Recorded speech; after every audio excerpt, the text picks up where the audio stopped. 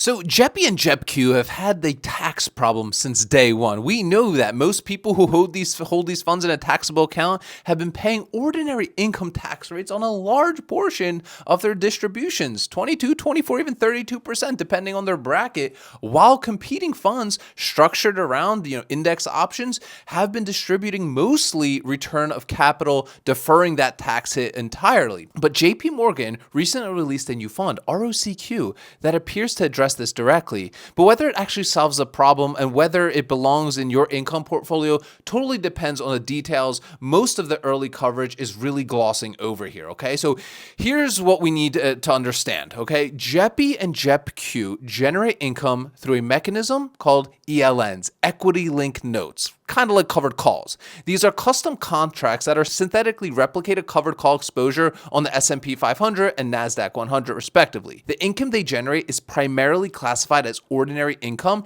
taxed at whatever federal tax bracket the investor is in. For a high earner, that could be a real drag. The competing funds that we talk about a lot, QQQI and SPYI, use actual index options instead of ELNs. And those index options fall under IRS Section 1256, which gives them a very good tax treatment. Those index options fall under IRS Section 1256, which gives them a 60-40 tax treatment, 60% tax at long-term capital gains, 40% as short-term. On top of that, a large share of these funds distributions have been classified as return of capital, which defers taxation entirely until the investor sells. The after-tax income advantage has been meaningful and it is measurable. ROCQ, though, JP Morgan's new NASDAQ Equity Premium Income ETF, is their attempt to close the gap. It launched literally less than a month ago, crossed 100 million in AUM, assets under management, quickly, and uses regular call options and call spreads rather than ELNs. And that's a structural change that really matters for us. When a new fund launches, the framing I use cuts through the press release version of the story, okay? Look, the question isn't, is this better than the alternatives? The question should be this: what specific problem does this solve? What does it cost? And what new risks does it introduce? New funds almost always introduce a trade-off that early coverage really underweighs, okay? For ROCQ, the structural upgrade is real standard options instead of ELNs, right? It creates both tax efficiency and flexibility that ELNs literally cannot match. But two things follow immediately from my observation. First, the fund is a few weeks old. Tax treatment needs to be confirmed through actual distributions, not prospectus language, okay? Second, the fee comparison matters a great deal over time, and ROCQ's expense ratio is roughly half of QQQI's, which, if confirmed, is a genuine structural advantage that compounds significantly over long holding periods. So here's the framework. Evaluate the structural change, verify the claims when data exists, and understand what you're getting that you weren't getting before, and most importantly, what you're giving up. But let's talk about the ELN problem ROCQ is solving. The core weakness of JEPI, JEPQ isn't the yield or the underlying equity, okay? It's the ELN structure. ELNs are rigid contracts. Once set, they are extremely difficult to modify as market conditions can change. During the 2025, recovery, this rigidity cost JEPQ meaningful performance. The ELN contracts had terms that literally prevented the managers from repositioning as the market rallied. And the fund, it lagged, right? Lagged behind competitors by a noticeable margin as well during that same window. ROCQ uses the call options and call spreads, standard instruments that can be opened, modified, and closed as market conditions change. And that flexibility is not a minor operational difference. It is a volatile market. In a volatile market where positioning needs to shift, being able to adjust is a real edge over a fund whose income mechanism is literally locked in place. Now let's talk about active management as a big differentiator here as well. ROCQ doesn't hold all 100 NASDAQ stocks passively the way QQQI does. It uses an active stock selection process similar to what JEPQ already does to build its equity book. The managers adjust weightings based on their assessment of risk adjustment returns, okay? And JEPQ's active management has measurably contributed to its performance over the past 18 months. In sideways or choppy markets, the flexibility to underway names with deteriorating momentum has given it an edge over passive NASDAQ index alternatives. ROCQ inherits that active approach while adding the tax-efficient options structure underneath. The result on paper, active equity management plus flexible options execution plus potential ROC distributions. That's a 3-part upgrade over both JEPQ and QQI, okay, simultaneously. The question now is whether the fund can deliver on all three consistently, and that won't be answered until there's some real performance and some real distribution history. So let's talk about some of these expense ratio advantages. This is the piece that matters the most over a long holding period and gets literally the least attention